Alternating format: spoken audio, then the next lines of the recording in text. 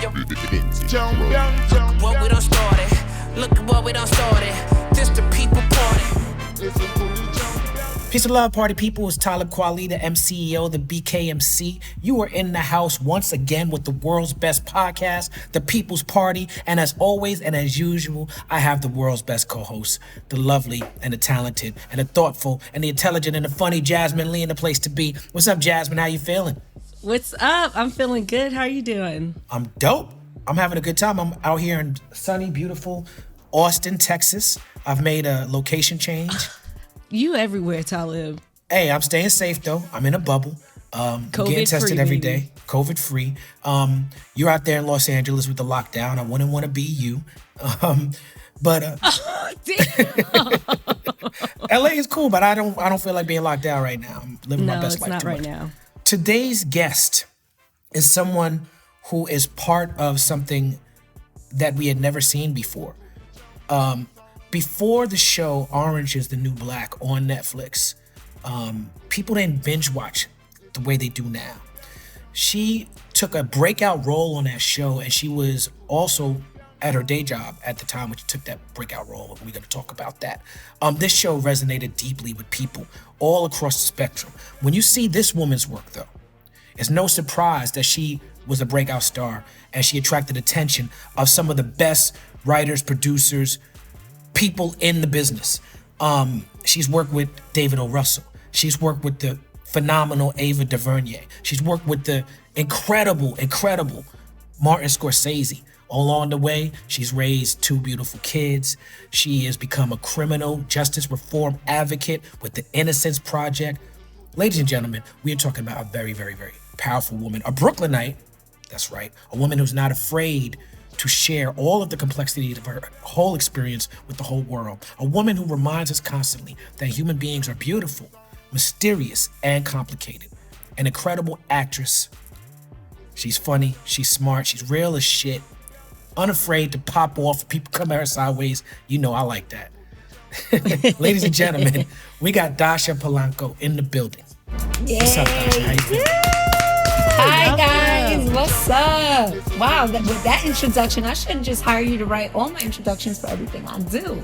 I'm available. Jasmin, Talib, What's my up? God. Thank you for having me. Like we were talking before, I absolutely love your work, grew up listening to your music, and I just respect what you both are doing now in this space and beyond, and highlighting, important people in our industry. Yes, like yourself. That's right. And welcome to the list of guests on People's Party. We are honored and blessed to have you. I mentioned that you are from Brooklyn. That's very exciting to me. And when I watch you on television, I didn't know you were from Brooklyn when I first saw you act. But watching you on television, I know now part of why I relate to you, part of why you resonate with me, because it's all over you. The Brooklyn is all over you. It's all through you. You grew up in Sunset Park, right? Well, I was born in the Dominican Republic, and I was brought here to Fort Greene. Okay. By the Brooklyn That's Navy where I'm at Yard. now. Oh, really? It's a different Fort Greene than when I grew up. Pre-gentrified Fort Greene. Yeah, exactly. And then my parents, we moved to Sunset, and then we moved to Flatbush. So there was a lot of I was raised in Flatbush. Yeah, Nostrand and Beverly. My aunt lived on Beverly between E16 and E17.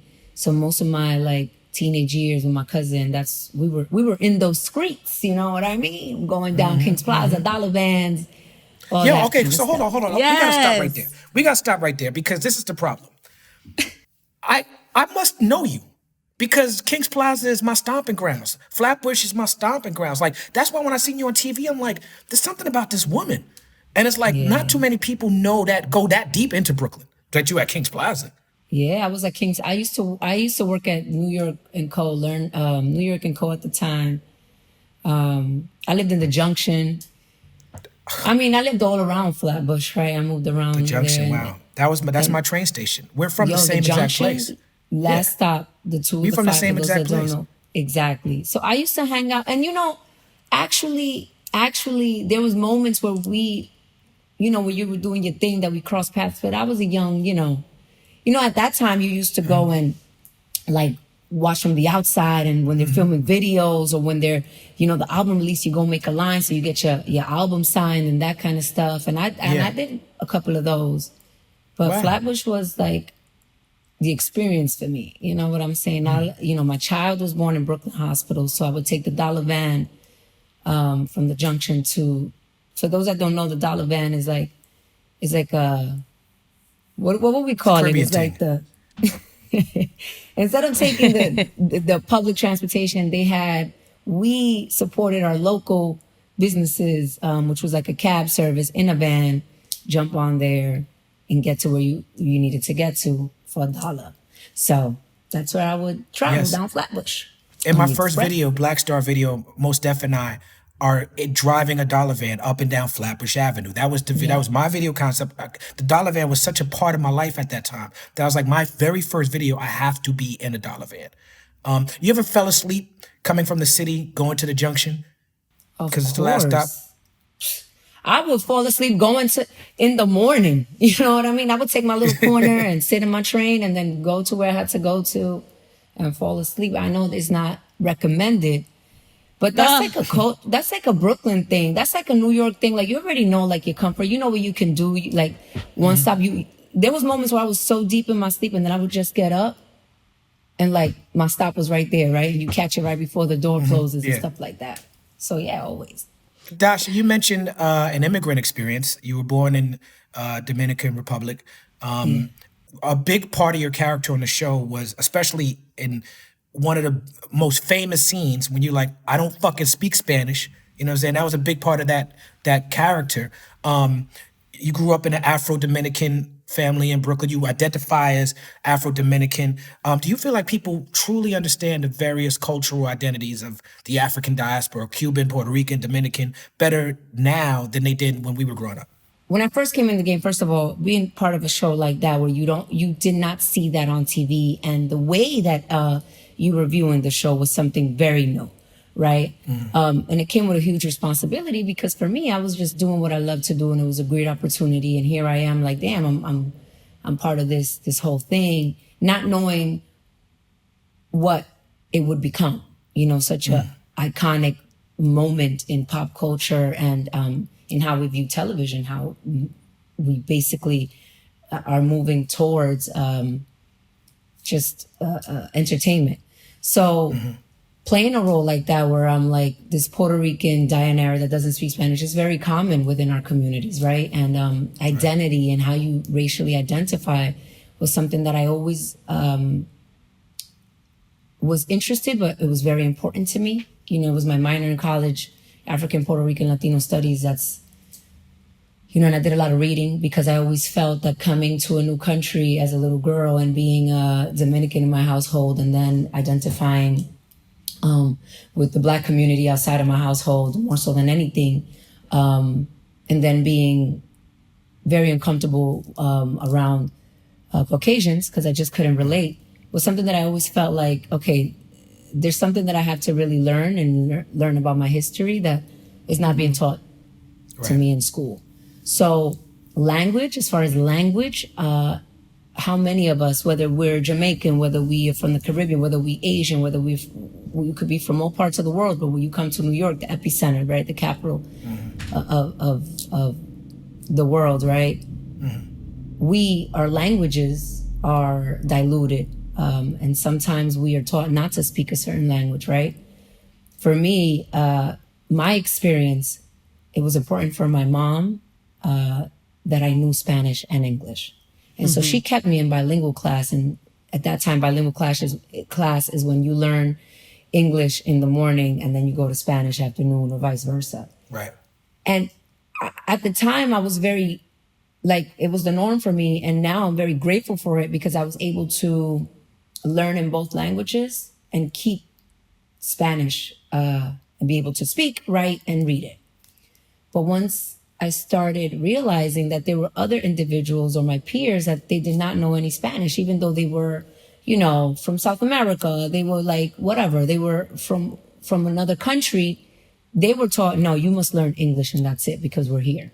So for me, it was interesting that while some of us, it was important to be bilingual, trilingual, whatever, and learn multiple languages, at that time it was important to kind of fit in, because that's what was going on, right? We had to fit in. It was always about fitting in and being American and not being noticed. And I had a real issue with that, because I always felt like very proud of knowing what my roots are, whether they were African, whether they were like European, whether they were indigenous, whatever it is. I was just very proud. Like, I never saw skin color, because half my family has they're dark skin, half are not, half are like super pale. So for me, it was like, I see beyond that, and I just kind of want to vibe with people instead. And being part of a show like this, I noticed that there was such a void for that. Whether it's like the diversity that we're now, like, everybody's trying to fit in, right? The quota, well, that's a check mark. Right. Or just body type. Because I grew up watching novelas in the house, and then outside of my house, I was watching movies. I was watching, I don't know. My favorite movie growing up was Coming to America, and it was like Rocky, right? And Home Alone. Yeah. Yes. And then novelas, right? A whole bunch of novelas. Like, I would just sit there and be like, oh my God. And then in that community, in the novela community, it was a lot of white Mexicans. So the body that I carried, right? Which I only it was only brought to my attention once you start going to school, right? Because these things are brought to your attention when you're in school. When you're in the house and you're in your crib, it's like, you're like, whatever, this is the norm. You know what I mean? Like, I eat beef tripe, I eat sancocho, like, I eat plantains in the morning.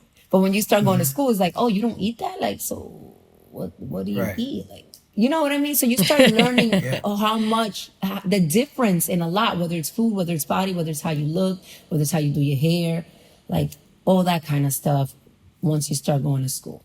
Well, I mean, well, allow me to interject with this. I used to be very active on Twitter, and I got into an argument with someone because I had a whole community trying to cancel me. And I want to say it's my community. It's online French stuff. And this subject we're speaking about now, you have been on Twitter and you've talked about these things, and you've in my estimation, you had some tweets that were taken way out of context, speaking about Latinx representation. How did you feel after that situation? Well, it was, to be transparent, because I always, honesty for me is very important. But I don't think that online we get to be as transparent as we would like to be, because it's read, it's perceived to the individual and where they're at in their mind and place, right? Some of these people they don't even wash their ass, and they're like, in bed, like, they're not even doing stuff that's productive, or they won't even invest in like anything that will push our community forward, but yet they have something to say about what your experience is. And it was really hard for me because there was a lot of people within my industry that they're huge advocates, and that they came out of their face kind of like following, because right now we don't really have leaders. It's whatever, let me stick to this group and let me do what the popular thing to do is. And it was very hurtful. I was, I have spoken about mental health. I have gone through depression, consistently, like, try to uplift myself and heal myself from it. And it really took a toll to see that, wow, somebody that really speaks about that and that has been so honest that people take whatever they want and run with it. And you know what really bothered me the most, Talib, and I understand where you're coming from when you're like, yo, I'm not as active on Twitter anymore. Like, I'd rather just whomever run it, because I can't invest time. The way that I really want to handle it is really tell motherfuckers like, yo, what's really good? Like, meet me here and let's really like talk about it. If you're about that, like, what's really good? But then I have a lot more to lose. And we have created these we call this ostracizing people like a culture. Like, I don't believe that that's a culture. Like, I don't fear that. You know what I mean? Like, there's much more for me to fear in my life and what I've been through than to allow people that are not like in my presence and know me, to allow them to think that they're intimidating me. What hurt me the most was people that do know me to kind of jump on that bandwagon and kind of claim themselves like, oh, Well, I just want to make sure that people know that I support Jarrell, and well, girl, you should know better. This is why we don't move forward and all this stuff. And I'm like, but I already clarified what I meant. What I'm simply saying is that when we're in a position where we're winning, that's when we really have to stop, like, and take a moment and say, this is not enough, right? Right. We have to stop conforming ourselves with little crumbs and understand and make this a thing of a norm and not a thing of like, this is what's going to move numbers now. Like, let's just get this because this is what fills the quota.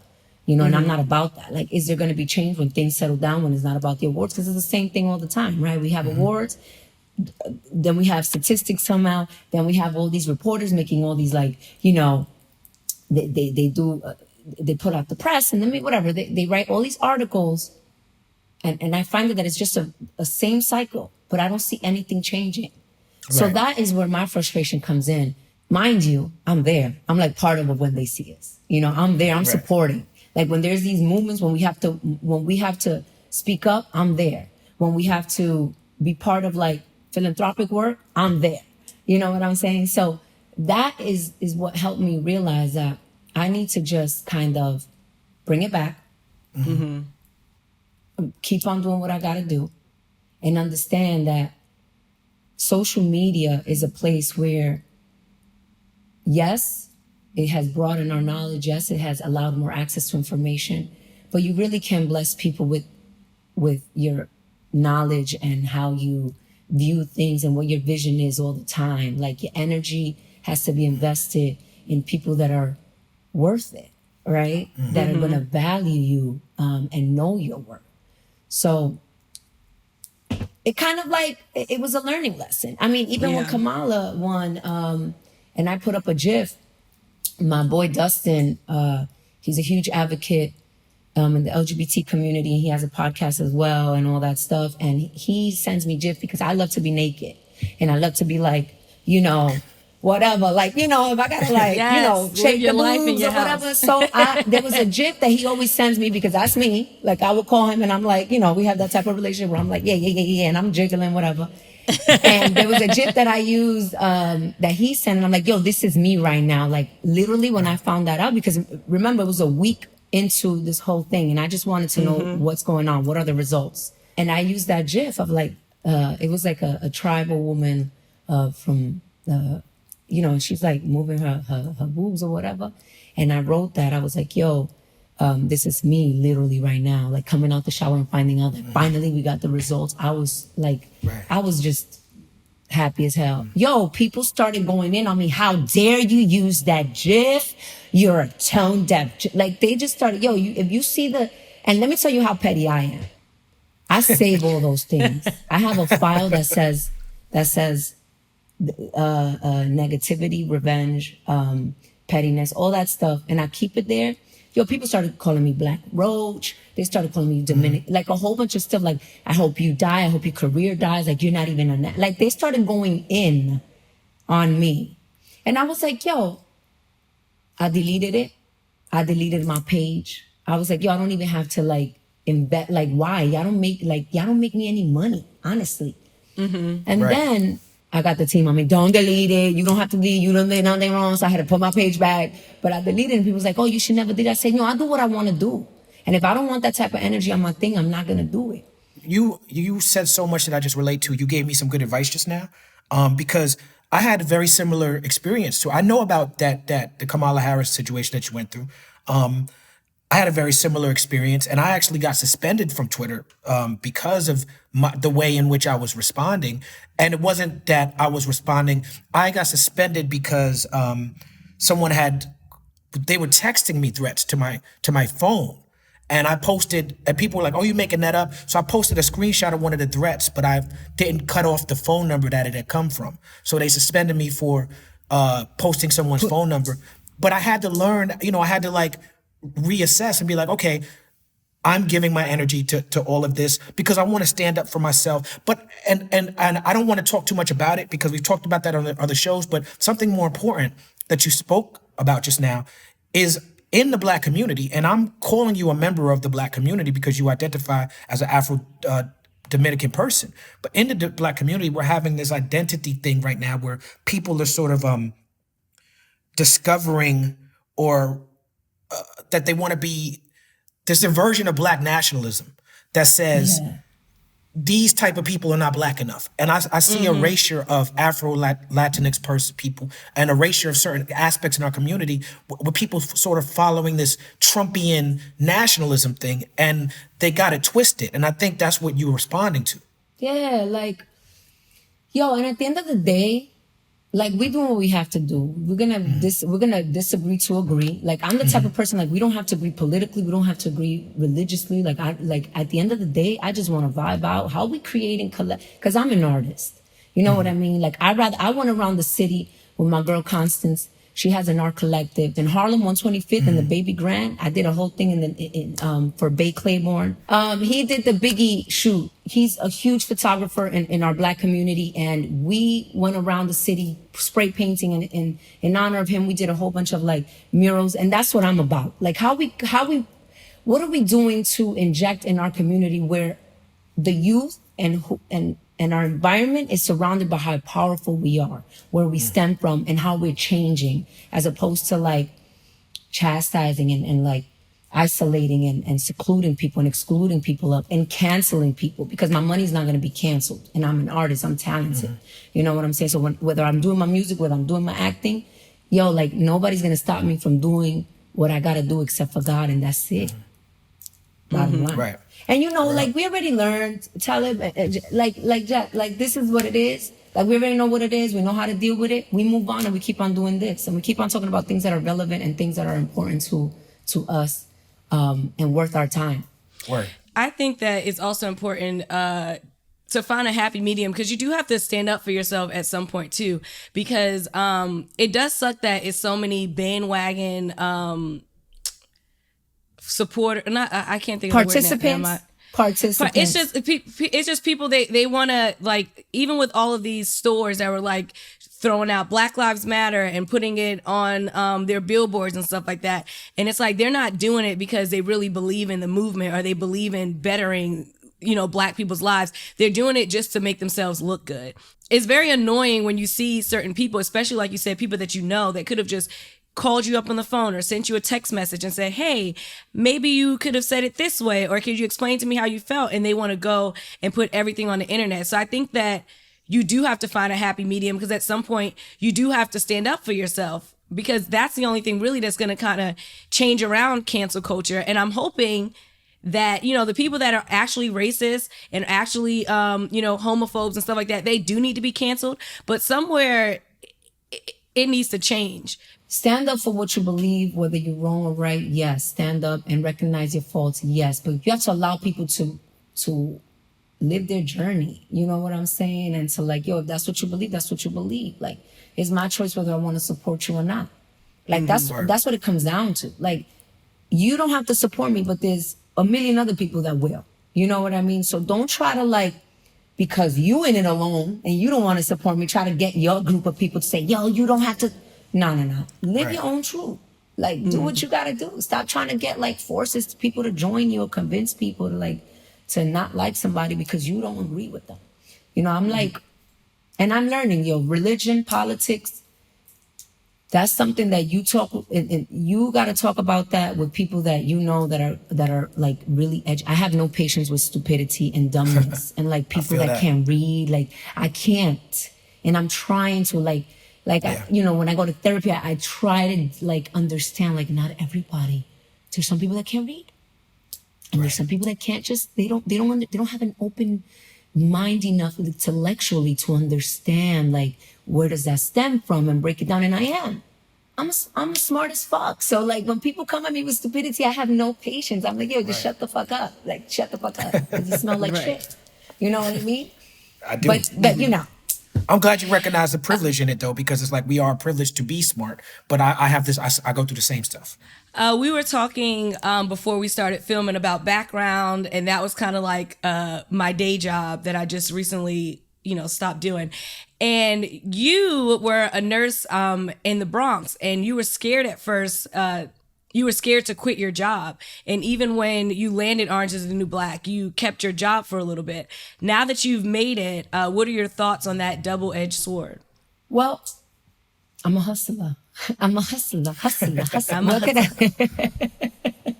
Let me tell you that. Well, actually, I was a nursing student. My job at the time in the Bronx, I had 3 jobs, actually. I know it sounds crazy, but yeah, I did. I was an operating room manager in charge of the central sterile processing, which is pretty much the heart of hospitals. They're the ones that process all the instrumentation when you have viruses, when you have these breakouts. They ensure that the equipment that is used for the surgical procedures or throughout the hospital is sterile, 99.9% sterile. And there's different methods of sterilizing and so forth. So at the time, I had done a couple roles here and there, but I did not know the success that Orange was going to be. So I was always like, nah, I need steady income, honey. I'm gonna work in the Bronx. I'm gonna go work in Brooklyn. I was working at Lidge, which no longer exists. And I was working at a surgery center on the weekend. And then that was every other weekend. And then I was doing my clinicals at Long Island University. You know, the one downtown by DCAB. Yeah. So I was going there. I love to speak to people that know what I'm talking about. like from my I get these references. You know what I mean? So I would take the train all the way from Brooklyn, all the way to the Bronx, and then whatever. So at the same time, I was shooting the show. And you know what's funny? That everybody around me I used to ask them, so what do you do? And they would be like, oh, I'm an actress. And I'm like, no, but I mean, like, what do you really do? They're like, no, I'm an actress. And I'm like, yo, that's amazing. Because when they would ask me, I'm like, oh, I'm a manager at a hospital. And, you know, I'm doing acting. It was something to the side. I never took it as a career because you're not taught that in our communities, like that you can be an artist and be successful and that could be your career. You know, you have to go for what's secure. So, yo, I remember that first season, I was like, I would leave and while everybody would go and chill, like, oh, let's go eat. I would be like, girl, I gotta go. I gotta be in the Bronx by this time. I would take the train. I would go do what I had to do and then go home. Tired. When I tell you I was tired, like I just remember one time I was in the hospital processing some instruments. It was overnight. Yo, and I was so tired because I was at school at the same time that I like I fell off the stool, like fell asleep. I don't know how. I woke up from the floor. I was like, what the hell? Like I just blacked out. Yes, I was tired. And then guess what happened? They used to be like so resistant to seeing a young woman of color manage and tell them like, this is the protocol, like JCO, which is like Joint Commission. They're responsible making sure that the standards are to what they have accredited the hospital to be, are in place and all that stuff. Yo, they made it so hard for me that I was like, yo, how am I going to do this? How am I going to be on a show? How, when this shit comes out, whatever. They let me go in May and the show hadn't come out until June 12th. I will never forget that I left her. I was like, yo, y'all gonna let me go? I'm the shit. Like, I'm the, like, I came and organized everything, which is my sidebar. That's my thing. I love organization and neatness. Anyways. So come on over and help me out. I would love to, girl. So when they let me go, I remember that day I called my sister. I was like, yo, what am I gonna do? Like, this is not enough. Being part of the show. And I didn't even know it was gonna get picked up again. Mind you, I hustled so much that I had already said, you know what, I'm going to go to the hospital, which was next door. I went and I was like, I need an interview. You guys are hiring, blah, because that's what I'm about. Yo, I got to go and knock doors. Yeah. So I spoke to the manager, like, oh, come in for an interview. That same day they fired me. I was like, all right, it's good. It's all good. They never wanted me. It's all good. I went and auditioned for I interviewed for the job, the hospital next door, whatever. In June, when that show came out, yo, I was living in the Heights. I came down my stairs and I was going on the train. And I remember that somebody looked at me and they were like, oh my God, you're the girl from Orange. And I was like, yo, yeah. Like, I was like, yeah. Like I had to like double check, like, yeah, I am actually. Yo, everybody started recognizing me. Yeah, I was like, yeah. Yo, it was incredible, the love that I received, and a lot of us from the cast as well. And to know that we were coming back, it was like, oh, okay. So at that point, I had to not take the offer for the other job and actually decide, you know what, I'm gonna do this I'm gonna do this. You know, I'm gonna have to put on hold Long Island University, my clinicals, and I'm gonna just have to really risk it. And that's, I want you to take that. Sometimes you have to take a risk. Sometimes you have to be bold. Sometimes you have to trust so that you understand that when you love something and you put all your effort and your intention behind it, things just flourish, regardless of who disagrees. Just a little gem in case you want to write that down. Amen to that. That's some real Brooklyn shit though. Like that hustler shit. Like I worked at Incurable Books up until my third album. And then Yasin Bey and I bought the bookstore. So I definitely was trying to keep the job the whole time. But you know, you worked in the hospitals, having experience in hospitals. What's your take on how people are dealing with the pandemic and how people are talking about the upcoming vaccines? So this is my take on all that. Like, because my background is infection control and sterilization, there's a lot of practices that I see that don't make sense to me. Okay. That's just what I did. That's what I see, and that's my opinion because of what I did and because of what I learned and I studied. I think that because there was not enough information on it, I think being safe is better than anything. Wearing the mask appropriately is important. What type of mask you wear is important. But also the pressures in a room are important. Like, you know, you can't expect for the world to be conditioned as an OR, right? Where you have negative pressure and you have positive pressure. So there's a lot of things that I'm just like, oh, okay, well, I'm going to participate in wearing a mask because I want to protect myself. And I've been COVID free since this came about. For me, it's important that I keep my area super, super sterile and clean. That you would never expect from me. Like I was never expecting to use what I learned then in my daily life. And like I lived with a mask all the time because that's what I did, right? And so now it's so weird. It's like, you know, the word is just ironic to me that I'm using this outside of where I was. And so keeping your immunity up is very important. Like I started, mind you, I did like Irish moss and all that, like the sea moss, like, you know, growing up in Brooklyn and in Flatbush, you already know, I don't know, Talib, but you know, by Parkside, there was a Jamaican spot, Parkside and Flatbush. And I used to get escovitch fish, and I always like grew up with West Indian food and all that kind of stuff. So I ate all that stuff. Ital is very healthy. Ital style cooking. You understand? So yeah, Vital Ital. You understand? So I do all that.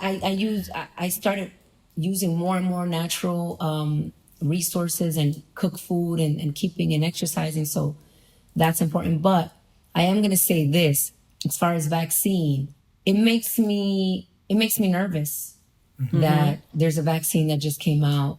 I would love to see those that are advocating for it, that are in the public eye, to take it first. And to be part of that. And for those that haven't, to have the choice to not, because if I haven't gotten it, then, you know, I've been doing something right that hasn't allowed me to.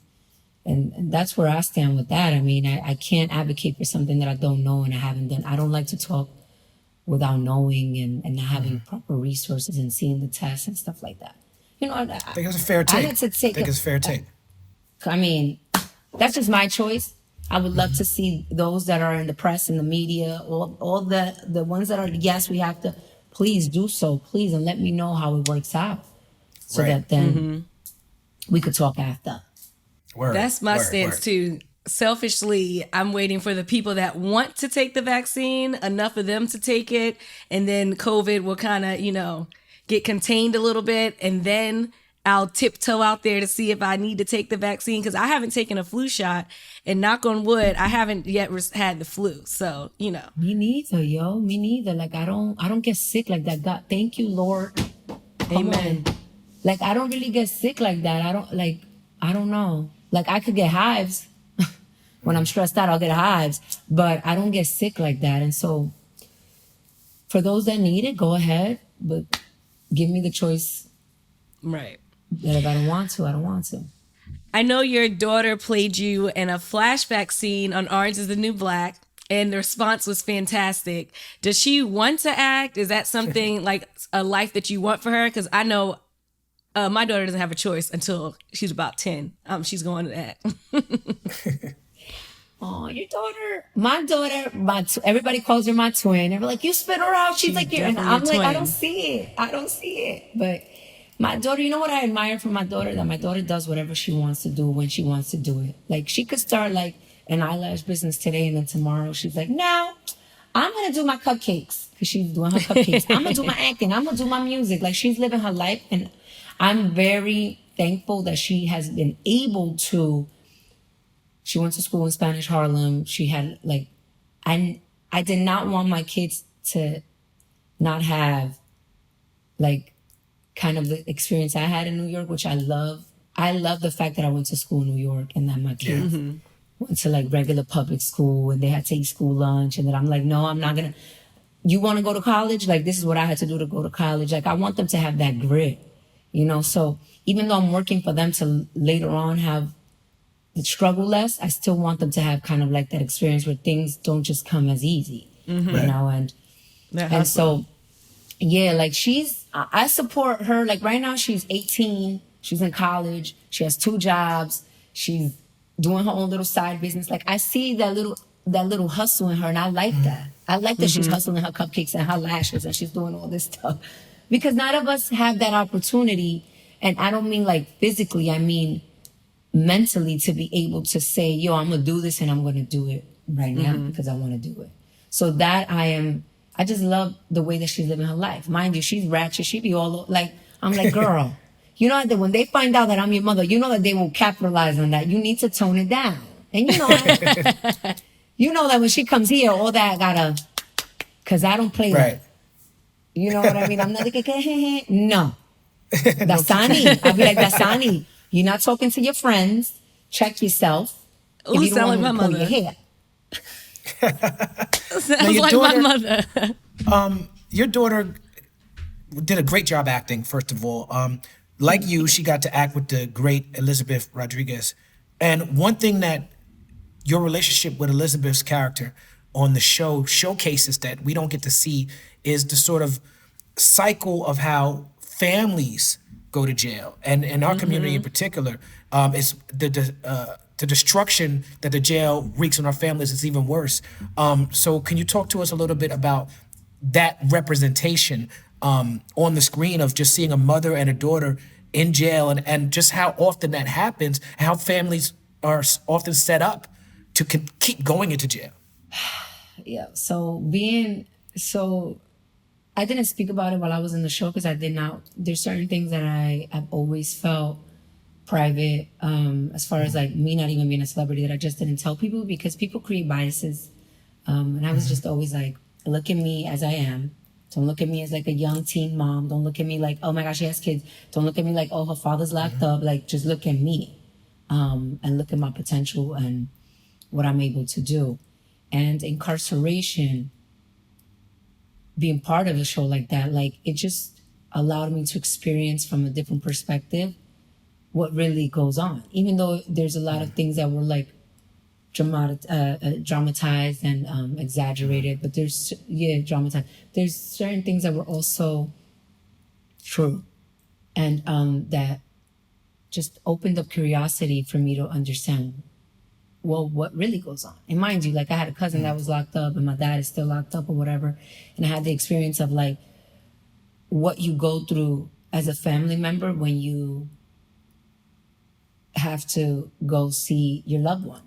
And when you see your loved one as just making a mistake and them really not being a bad person, you know, because there's always a judgment of, oh, those are bad people. They need to be put away. They can't be in society. And in reality, there's like 600,000 people that are incarcerated that haven't been even tried. That's right. That haven't been even convicted.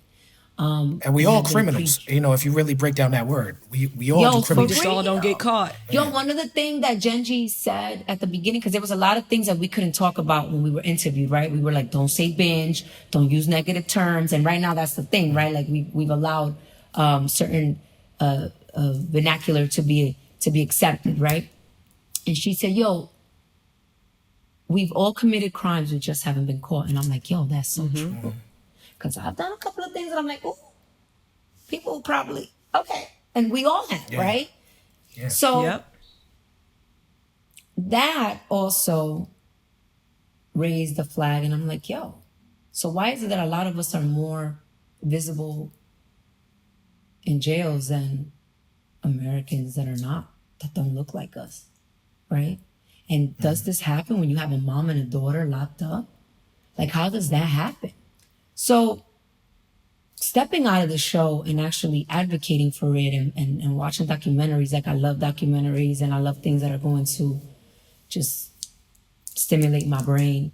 I need to be stimulated all the time, and information that's worth me receiving. And everything that's going on now, I'm like, yo, like we really haven't been paying attention because that's not really what we're exposed to. So I'm grateful for shows like Orange, but I'm also grateful for like the things that have happened. As negative and as hard as they have been, you have to be exposed to it so you understand like this is a systemic issue, right? Like, how is it that there's so many people waiting to be convicted and yet they're not even part of a crime? Or how is it that people are like convicted of a crime without like evidence? And how is it that we put, like, I did not understand, I'm getting goosebumps right now because I didn't understand in school, how I never knew that a judge, we have a power of putting judges. I could choose the judge that I could, I can choose who I want as the judge. And at the end of the day, if we don't place people in those positions of power that have family members and that have experienced what we've experienced, then we're not going to see change.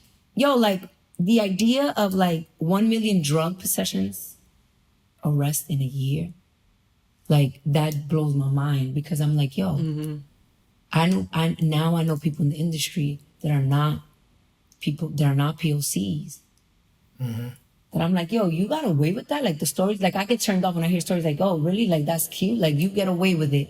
You get caught with so much shit in a car and you get away with it because your father knew whoever, but yet I know a distant cousin that is still trying to prove like, I was there, but they were dealing it. You know what I'm saying? So because you don't have the education, then you don't have the legal resources, then you have biases, you have jurors, like all that started like, it just awoke something in me that I'm like, the Innocence Project and what they do. I was like,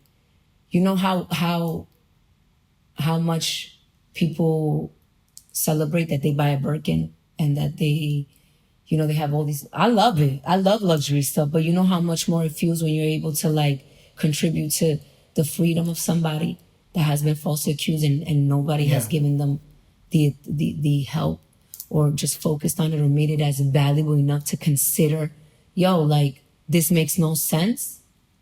Right. I'm like, I need to be part of that. Yeah. And I love to see it because I had a cousin that went to prison and she got 10 years for a nonviolent crime where her white man counterparts and white women counterparts would get probation or get a year or 2 years. And it's just, it doesn't add up. And I love to see people like you and Kim Kardashian and things like that. Like, and I know there's tons of people, I'm just talking about celebrities, but that are actively trying to change that because it doesn't add up. Once you're in there, right, you could either do two things. You could either conform to what they want you to conform, or you could like invest all the time in like advocating for yourself and your freedom and all that. And it's just a cycle in there that it's not like, sometimes when I speak to my dad or whatever, it just frustrates me. I'm like, why don't they make it easy for you at least to communicate with your family for something that was nonviolent? You know what I'm saying? And it's like, there has to be something instilled that you're curing your remedial versus detrimental and just like putting you down and making you more or evolving you into something that you're not going to be able to like survive in daily society. First of all, okay, I just want to say I was a huge fan of your character. I loved the growth from the beginning to the end. Like you were one of my faves. I just want to let you know that. Okay, so we're in season 4. We're at the end of season 4, beginning of season 5 of Orange Is the New Black, and there's a huge prison riot, and you've got a gun to the guard's head, and you have an emotional breakdown. And this is when people really saw your growth as an actress. How did you mentally and physically prepare for this? I think we're always ready to, like, I'm gonna speak from me, from my perspective. Sometimes you want to do things that you really can't act out. Like sometimes in my head, I'm like, yo, blah, blah, blah, if I could only, and then you're like, no, that's not what you do. That's not what you do. That would cause you a lot of trouble. I think there was a moment there where the physical abuse, I am a domestic violence survivor. So to see, and also I'm an empath, like to see my community, like I don't really have to experience it to understand and to feel the pain that my community has transpired from the abuse of people, especially authority. And so that moment there when the guards are actually like, they're like beating me up consistently, and not only me. Imagine like in real, when in real prisons and the incarceration system, this happens. You know, and they get away with it because we don't see it. I think now the idea that the cameras are on everywhere you turn, things are more exposed, but they've been going on. And I always tell people that I reach. As an actress, my emotions, I reach from my own experiences, but I ask a lot of questions, yes, but I don't go doing research per se. I didn't do research for this moment. The idea of you being stripped of your freedom and then being punished physically, it's a human rights issue. So as a human being, I could only express that, like, yo, my rights being stripped, and then being able to have a weapon at your disposal where now it's your turn. Yo, like I'm gonna take matters into my own hands. You know what I mean? It's like that motherly instinct, that human instinct where you're like, no, that's not gonna go down anymore. You got away with a lot, so I'm gonna shoot your ass right here. You know, I'm at this point where I can't take no more of your abuse. You know, and that's what Diana was really going through. At that point, she's not thinking about her life and her kid. And, you know, when you have everything, when you have nothing to lose, that's when you have to really understand that we're most dangerous. Yeah. When we have nothing to lose. And it seems like when she started remembering her life and things, that's when the emotional breakdown happened. But the most interesting thing about me is watching the transformation of that character. Once the gun goes into her hand, she then began solving every problem she had with that gun. It became an immediate power trip. I thought you played that very well. Genji, the creator of the show, once described the main character, Piper Chapman, as a Trojan horse that allows her to explore the stories of more marginalized characters and bring them into white households. Now you have this main character, and we saw her journey from naive to sort of dastardly and all that. And, you know, she is very privileged and, you know, but the series very quickly and brilliantly, in my opinion, shifted to the stories of more marginalized women. Was it clear to you from jump that that's where it was headed?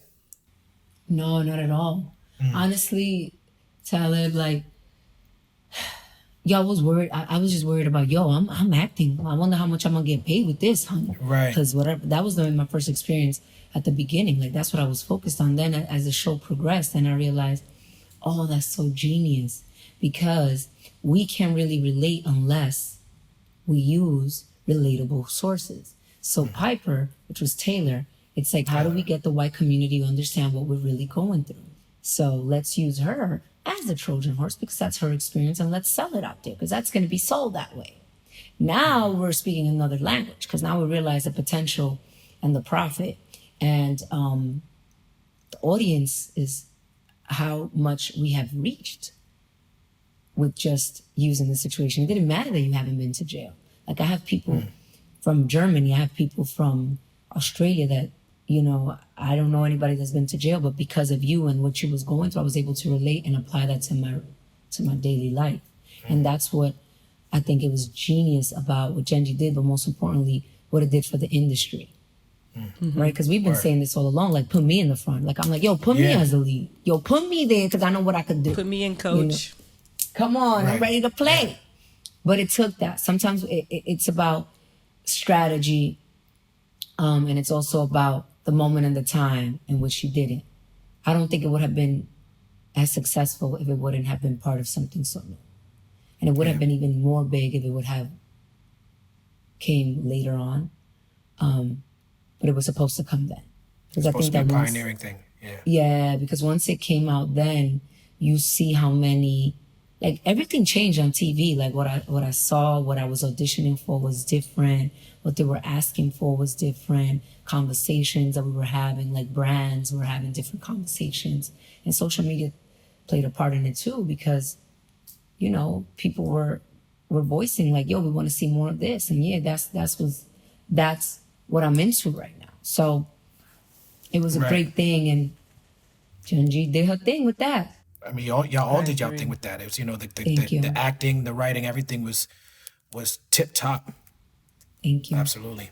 Watching Orange is the New Black, as you said, it really humanized people that were locked up, because when you looked at their stories, then you can imagine why other people, you know, did what they did to get into prison. Like, it's never just, it's not cut and dry. It's not white or black. Like, sometimes it's, you know, innocent people that really just got caught up in a wrong situation. So I really appreciated it showing that. Another thing I appreciated that Orange is the New Black was a pioneer in representing the complexity and nuance of trans identity. Laverne Cox was another one of my favorite characters. Can we talk about her and her incredible advocacy she's done for the trans people of color?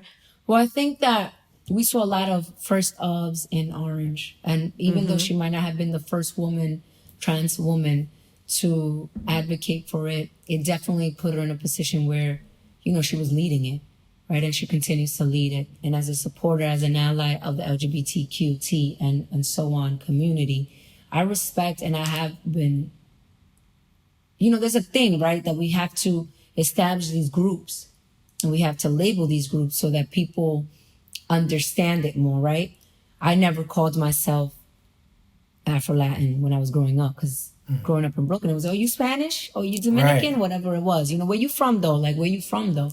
So I had to learn how to use that term so that they understood, like, yo,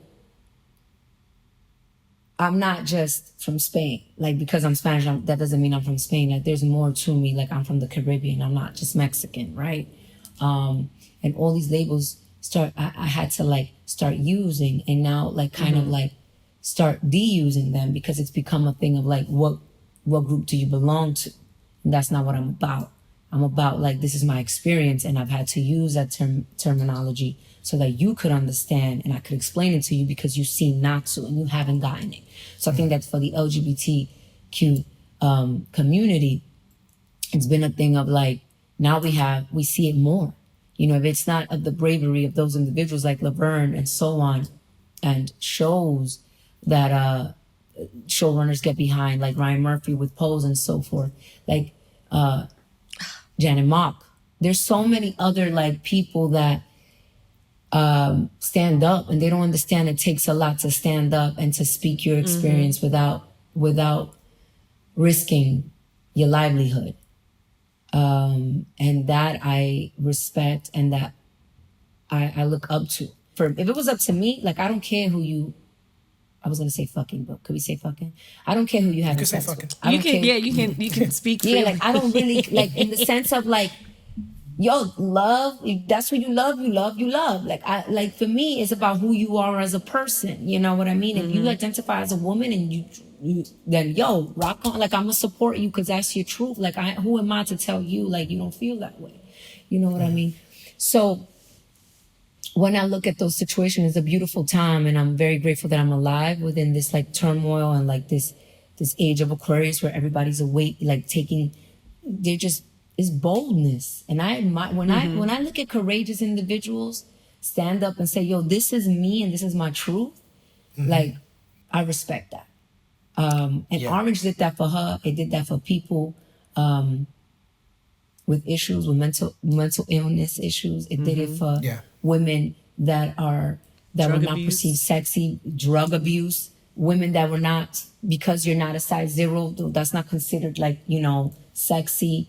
Meanwhile, here I go. Curves, baby.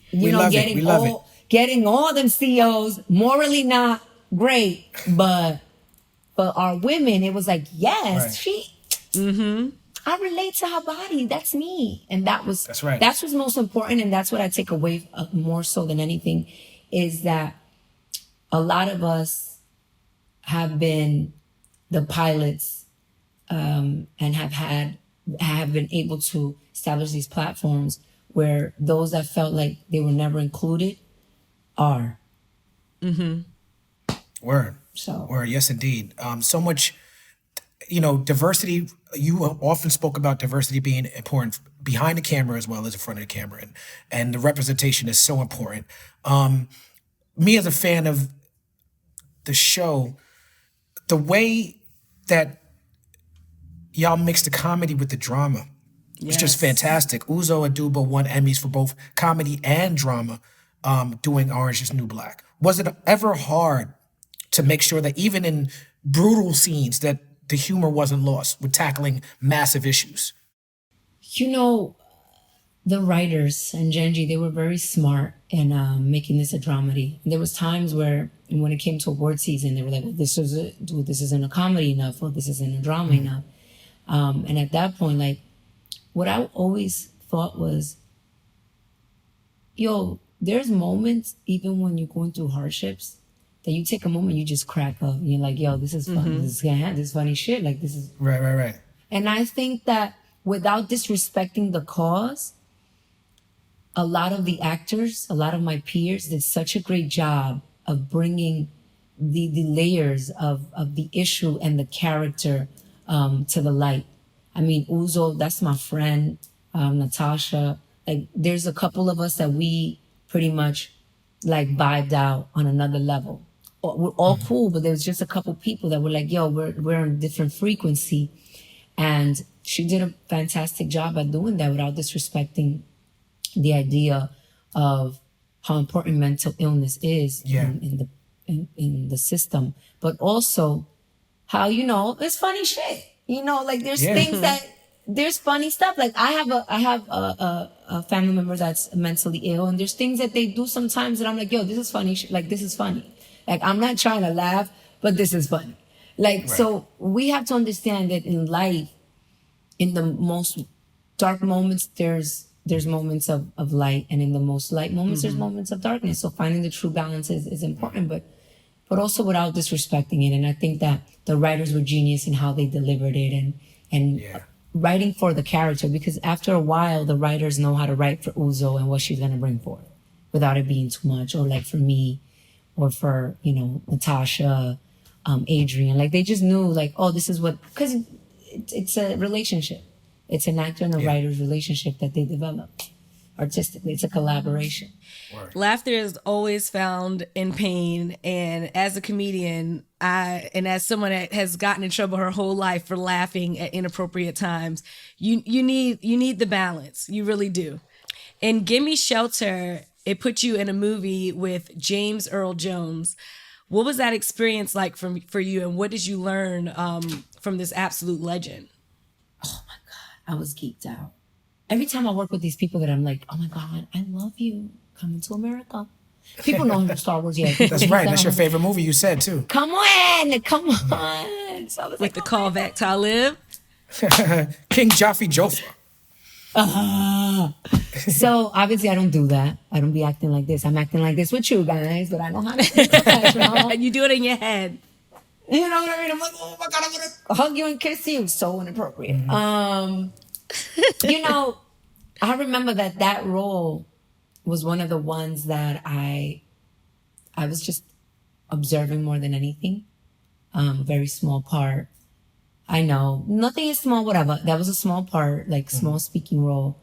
And I wanted so much, there was so much that I wanted to involve myself in. And that's when I knew, like, yo, this is magical. Like, this is what I love to do. And then being in his presence, I was just like, wow. Sometimes you don't realize, like, this girl from Brooklyn that I would have never thought is in the presence of James Earl Jones. Like, that's what goes on in my mind, where I'm like, look at this man, what he's done. And now I'm able to have the honor to just be in his presence. From a professional perspective, not like I'm here to like, hey, I need your autograph, none of that, and just experience that. And let me tell you, him, it happened. I didn't get to, Rosario, it's funny because Rosario, I met her at an event for AIDS before I was an actress. I attended this event because I've always wanted to be involved in philanthropy and advocate for stuff. That's just me, big mouth. I'm gonna stand up for what's right. And Rosario's on the front lines of all of that. Yeah, yo. And Rosario, when I saw her, she was sitting behind me at a dinner. And I was like, oh my God, that's Rosario. Because people said I always looked like her from the movie Kids. Remember the movie Kids? Yeah. And I was like, yo, I love her. And Rest I in remember peace, that I Tara saw her. Hunt. Exactly. So she had a black, I'll never forget, she had a black little dress. And I was like, oh my gosh, should I say hi? And I turned around and I say, hi. And she was like, hi, how you doing? I was like, hi. At that time, there was no social media. But I will never forget, because in the movie, I was looking forward to seeing her because that was my way of like having a conversation with her. I was like, this is my segue. I'm going to conversate. We're going to be best friends. And guess what? I'm going to do a movie with her. Like, I had it planned out. I didn't see her once. I did the movie and rap. I didn't see her once. I was like, damn, yo, but at least I saw James Earl Jones, which was positive. Right. Yo, I met Rosario after, and I just fell in love with her way. Like, she was just so humble and warm, and it was just everything that I looked forward to. And then I started working with, like, let me tell you, when I worked with Robert De Niro, yo, on some real, like, there's been people like Martin Scorsese. Oh my God. Guys. Y'all like best friends. You and De Niro like best friends. Y'all done a couple movies together at this point. You know what I mean? But you know, whatever. When I started working with all these people and being in their presence, it just did something for my, I don't know how to explain it. And I could share that because you guys have to understand where I'm coming from, like how you get there. What is it that I did? How do I explain this to people when they ask me, how did you, I don't know how this happens, but I'm here. Yo, I remember I cried. I was on 14th Street, cold. I went to audition for Irishman, and I was shooting Orange at the same time. And I was like, yo, I gotta work with Martin Scorsese because he's older and like I love his work, whatever. Yo, can I tell you that when I left there, my manager called me and I was like, yo, I was in a room with Robert De Niro and Martin Scorsese by myself in Chelsea, like auditioning. And it was like, this is ridiculous. And I fucking left there and I was crying. I was like, I can't believe this is my life. Yes. I can't believe this is my life by myself. Like going to, West Side, Matt Cold. I was like, oh. Yo, just that's such a New York story right there. Yo, when you walk towards the West Side in the winter, in February, when you walking towards the West Side, yo, it's cold. Cold. That was me. I was like, oh my God. I was like, yo, your tears freezing up as you walk. Yo, everything that I've gotten so far, that I've auditioned or that I've gotten as an offer, is like one of those moments that I'm like, yo, this is weird. Ava, let me tell you, I love Ava. Like, I met Ava at the Essence Festival because growing up, Essence Magazine, you had Essence Magazine, like that's what you turn to, right? Mm-hmm. And I met her at the Essence Festival and I turned around and I was like, yo, like you're Barbie. Like, you know what I mean? Like, you're Barbie. Yeah. Like, I love what you've done. Like, you're Ava. She was with her mom and some family members. And again, I was like, yo, I just respect your work, blah, blah, blah. Because I don't like, I don't like bothering. I don't want to have that experience where people like, Earl, like I'm eating, get away. I don't want that. So, I told her, I remember I was like, yo, Ava, I really want to work with you. If any time in the future, I'm here, like, please, I want you to direct me, blah, blah. Like 2 years later when they see us, they were auditioning for that. And I was like, if there's any roles, blah. When I go and I read for the role, and she's like, yeah, let's put you in. And I get to work with John Leguizamo. And I saw that set, and I saw all of our people in that set. Mm-hmm. And I saw our food. And I saw how she took the time to like have somebody shadow her. Sierra at the time that I did a little short film with her as well.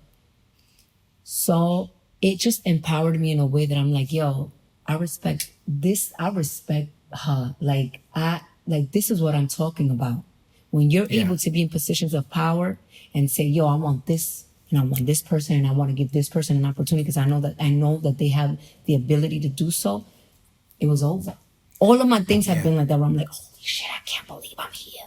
But look, I'm gonna take that leadership and that iconic move from Ava, and that's what I'm gonna implement when I'm there. Right. It all becomes that. Based on what you said just now, I wanted to address a couple of things. One, I just think it's fantastic that James Earl Jones is such an iconic actor. Like, I know James Earl Jones. When I see James Earl Jones, I'm thinking, oh, that's Darth Vader. You know, for some people, they're like, oh, that's the guy from This Is CNN. For some people, they're like, oh, that's Mustafa. You know what I'm saying? That's Mustafa. For some people, they like, that's King Jaffe Joffer. And then, you know, Ava, man, what she did with When They See Us was so incredible. When I used to go to King's Plaza, when I was 14 years old, I was the same age as them young men when it happened. When I used to go to King's Plaza, it was more than 4 of us. The King's Plaza mall security be like, y'all are, we have to break y'all up because y'all might start go wilding, which was a term that's being thrown around at the time. You know, shout out to now the Exonerated 5. Shout out to Raymond, especially. He's out in Atlanta having a great time. I've enjoyed following him on social media.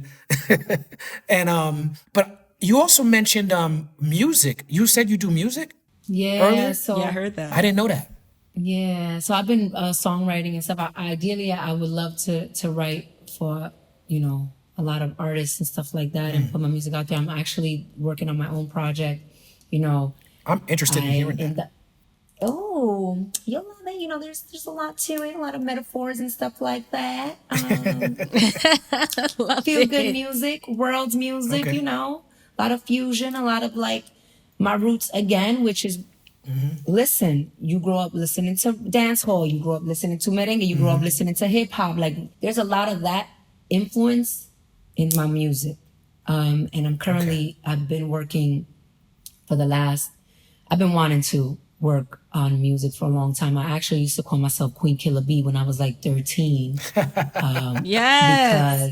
Because, yo, Wu-Tang, the Most Def, all that, like, yo, I used to write in fact, I found a journal that I had, let alone I lost a lot of my stuff, but that journal, for some reason, I found it in my pictures.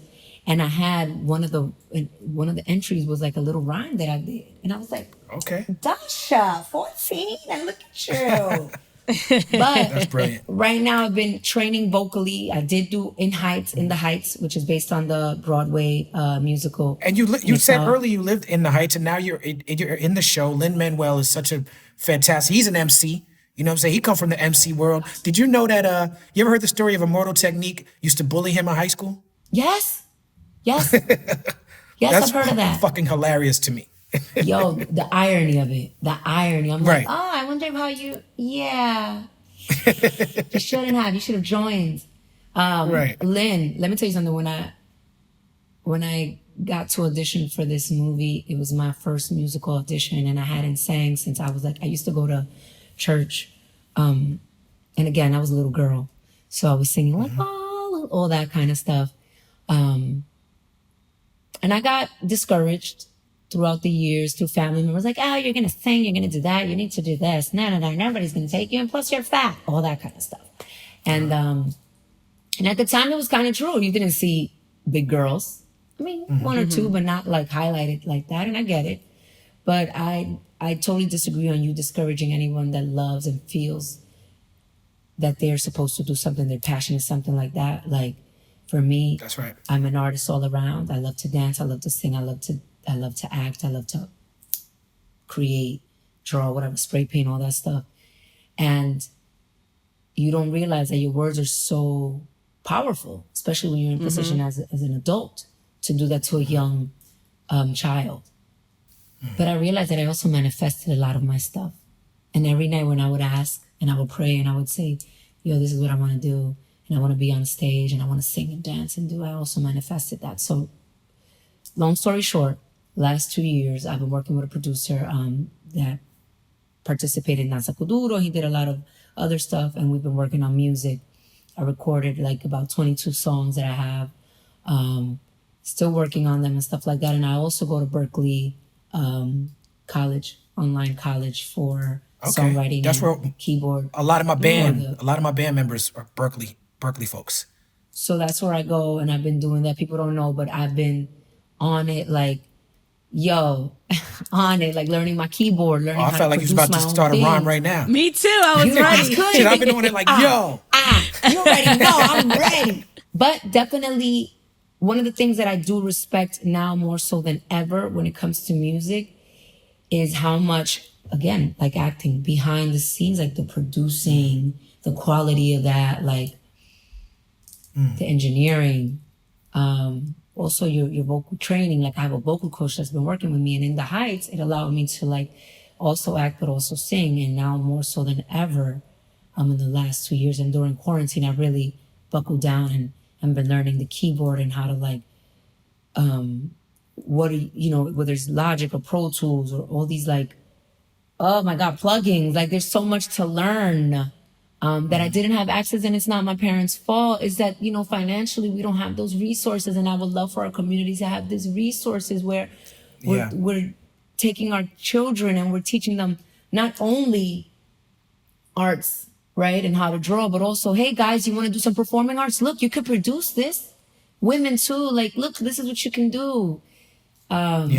And that's where I'm at now. It's like, I'm proud of what I've been working on. And I'll send you some stuff. I'll send both of you please, like my music and, and what it is. And what you just said about acting is so important because I went to experimental theater at Tisch at NYU. I studied that. I dropped out after 6 months or so. But what I took from that, the sense memory, the creating a backstory for a character, blocking, like using blocking on stage. I use so much from that little bit I learned acting in my music career. So you're absolutely right in how you said it informs what we do musically. I was watching you on Build, that interview that you did at the old Tower Records. I always get upset when I see people doing interviews in there because I'm like, that used to be Tower Records back in the day. You mentioned that music is your motivator for scenes. And you said Biggie for angry scenes, Julio Iglesias for romantic scenes. And you just said you were Queen Killer B back in the day. When you said Julio Iglesias, every time I hear the name Julio Iglesias for Wu-Tang fans, I think of Raekwon saying on that one record, I think it's a Black Trump record, he said, yeah, Julio Iglesias making money like that nigga. You know what I'm saying? Like, you know how hype when that came out? I was like, oh my God. Because you have to understand, Julio Iglesias was the cleaning music, like when my parents, like the Love era, and like, let's clean the house. Saturdays, we all clean the house. Y'all can't go outside without cleaning the house. So that's what he was for us. And for me, reaching for emotions through my music, whether it's Tupac, whether it's Biggie, whether it's Wu-Tang, whether it's like, I don't know, some trance dance music, when it's something like that, I don't know. I use that as a resource of like, wow, it's so nostalgic to listen to Julio Iglesias. And it's so nostalgic to listen to like 36 Chambers and stuff like that. Like that allows me, it just, remember music is 444, is vibrations and all that. And I don't want to go too deep into that. Like we are that. So that helps us as actors, for me, how to like get into the zone and prepare for that. There was one time that I was doing this play in Atlantic Theater on 23rd Street. And I was backing it up, Uncle Luke. And I was like, okay, I have to listen to Uncle Luke real quick. You know what I mean? And back it up. You know? Who are you listening to right now? Oh my God. I've been listening to St. John. St. John is dope. My man Issa in the back been playing that St. John Roses remix all day. and honestly, like I love his writing. I didn't know that when I went to see like who's writing his songs, because I love how he writes. Like he's such an artist, so I've been listening to him.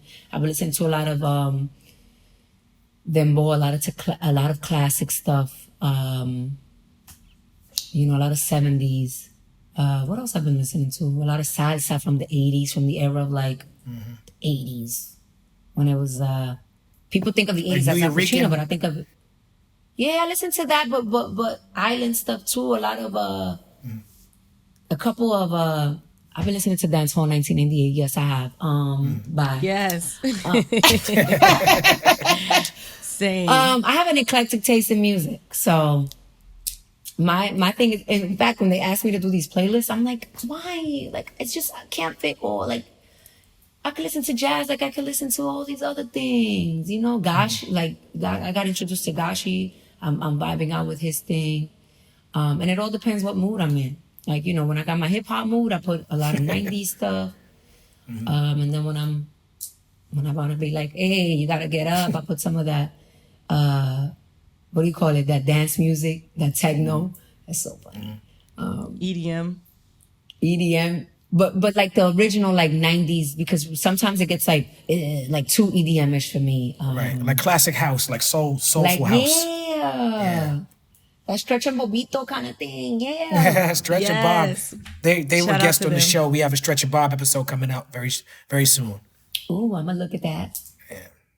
You had said something about encouraging kids to like produce and stuff like that, and I just wanted to shout out to Roosevelt School District, because people always talk so much crap about the school district, but in 5th grade they gave us all instruments. They were like, what instrument do you want to play? You could play whatever instrument. And I took that for granted, because when I moved to Florida, you couldn't have instrument. They didn't have instruments. Like, all the kids, they had their own. And I remember they gave me this rusty ass flute that I had to play with, and I was so embarrassed to like take That's it out. called a recorder.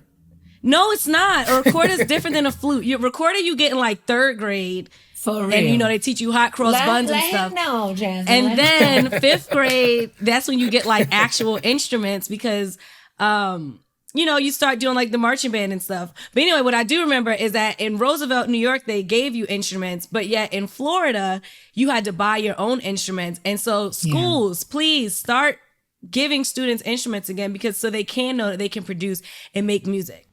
Yeah, we just have to vote. We have to vote and put the people in that education is important and that are going to advocate for that, you know? That We have to like, I work with Ghetto Film School, and they're a school in the Bronx that they also have provided, like, their whole program is pretty much allowing kids to produce their own films. And like, there's a lot of schools. I just feel like growing up, it was a thing of like, you're going to the auditorium and you're going to go perform. Like, crisscross will make you jump, you know, and that's about it. You know what I mean? Daddy But where Mac does and that Mac come Daddy. from? right. You know what I mean? So I think that now, because I realize that they're teaching coding. You're like, my son is in online schooling, and the other day I was breaking my head. I was like, yo, how do you even do this? Because honestly, this is not my vibe. Coding for me, yeah, great. I'm glad you're learning it, but it's not my vibe. How do we incorporate that? Alongside, like, I'm teaching my kid how to buy stocks. You know, like, he has a stock that he check every day and all that stuff. Like, we have to do that work at home, but I would love for that to be something, especially in the arts world, let alone financial and all that technology, that we are actually advocating, like, let's make this important. Like, I don't know if it comes from the PTA, like after school programs, like, that's very important that we keep our kids. Hopefully when all this is over and they go back to school, that we're like, yo, we want to keep this going. Like, besides sports, we also want arts. We also want people to come in and teach them how to produce something, and how, because they probably know it more than what we think they do. Yeah. You know, it's all in the computer. Like, they're producing on TikTok, on things like TikTok. They're editing. Like, you know what I mean? Like, there's things that I'm like, yo, you have to know how to really do that, how to edit and how to produce or like cut vocals to be. It's just, there's a lot than just like a TikTok thing. But if you use that as an example as to the capacity that the kids have, we can push them far more than what we have been pushed. Exactly. You worked on Russian Doll with Natasha Lyonne. Do you have any wild time loop theories? Yo, Natasha, that's my girl. I love her. She's such a brilliant actor. Love her Yo, too. she's so smart. Like, she's the type of person that if you see our texts, I would say, Natasha, can you just tell me the books you read? So that I don't feel like a dummy around. Like, because they talk about old Hollywood and all this stuff. And I'm like, yo, I can't participate in this conversation. I need to know what they're I got talking a about. quick sidebar. When Orange and New Black first came on, it had Natasha and Jason Biggs on it. I was like, this is like American Pie 4, American Pie Goes to Jail. You know, I wasn't allowed to watch American Pie. I need to go back and Really? and I did. And when I saw Jason, I was like, oh my God, I can't believe this is the guy from American Pie. Like, I felt the same way. I was like, I know you was playing with that damn pie in your pants. But Natasha, she's such a smart woman and such a good person. And she's such a New Yorker. And I love that about her. Like, she's straight New York. Like, hey, yo, Dash, all this. Like, I love Natasha. And let me tell you, when we did Russian Doll, and she's like, yo, can you, I know, like I want to offer you like this thing and I would love for you. And I'm like, yo, I could just be background for you. I don't care. Like, call me, I'm there. I'm going to support you. You know what I'm saying? Like, I'm there. I'm going to support you because you real. And one of the things about the show, because they don't tell you, when they're doing things like that, they don't give you access to the whole script when you're like a recurring. You don't know everything that's going on. So I remember that we were in this little apartment in the Lower East Side, or the Village, I think it was. Oh, it was by Webster. Remember Webster Hall? Webster Hall, yeah. It was right by Webster Hall. I was like, I can't believe I'm shooting Third Avenue. And yeah. I was like, I can't believe I'm by Webster Hall right now, recording this other show. Moments that I think about cross my mind, like Webster Hall. Right. I remember going down them steps, drunk as hell. Anyways. Yes. Okay. Yo, the show, you know, it's about time and time has passed or whatever. And they kept on putting the rotten oranges. And I'm like, yo, why? Like, there was a moment I'm like, yo, those oranges didn't, like, it tricked me out. Because I was like, yo, those oranges seemed so fresh when I first was doing the scene. And now they look like they have mold. I'm like, oh, whatever. And then again, they started getting more moldy and more moldy. And I had to, wait, guys, like, not for nothing, but these fruits here, they're looking really like moldy. Like, I don't know if anybody notices it. And they were like, oh no, girl, no. It's that's the time lapse. That's like, you know, the time has gone by. And I was like, oh, it just kept on tricking my brain because every moment, every take, you know how many takes we had to do? We had to do a lot of takes. A lot of takes for me to be like, no, this is over. No, this is over. Everything around you is changing. Yeah. It kind of, but it was fun. And you know, one of the things to see Natasha from that perspective and not like as an actress made me really proud that she was getting this opportunity and this break that she so much more deserved. So doing that was like, yeah, girl, go ahead. Do your thing. Natasha is so dope. You got a chance to work with so many dope actors on that show, but you were really, really, really talented and special. And as our honor and our privilege to have you on the show, I do have one more question. What do you have next coming up? So many things that are next, right? Living life, surviving this pandemic, but most importantly, In the Heights will be released in June on HBO Max. Looking forward to that. It was supposed to be released in the theaters, but due to the circumstances, it will not. And Samaritan with Sylvester Stallone, another moment. Yeah. Rocky, right? Now, people don't know about Sylvester Stallone because people think of him as like, you know, the beefy, brawny guy, but he wrote and directed Rocky, right? And like he's a creator. Thank you, because people don't know that. And when I listen, like, this man is such a genius, and he's such a generous actor and respectful, and just like, yo, he drops gems all the time. I'm like, what? And what he did with you would know better than I do, but I feel like Sylvester Stallone goes out of his way to sort of bring diversity into, like, him turning Rocky into Creed was very, very powerful. Me being an old school fan of Rocky, for it to become all about Apollo Creed's son and what he was able to do with Michael B. Jordan, and just how he was able to present that to the people, but also fall back and be like, this is not about Rocky anymore. It's dope.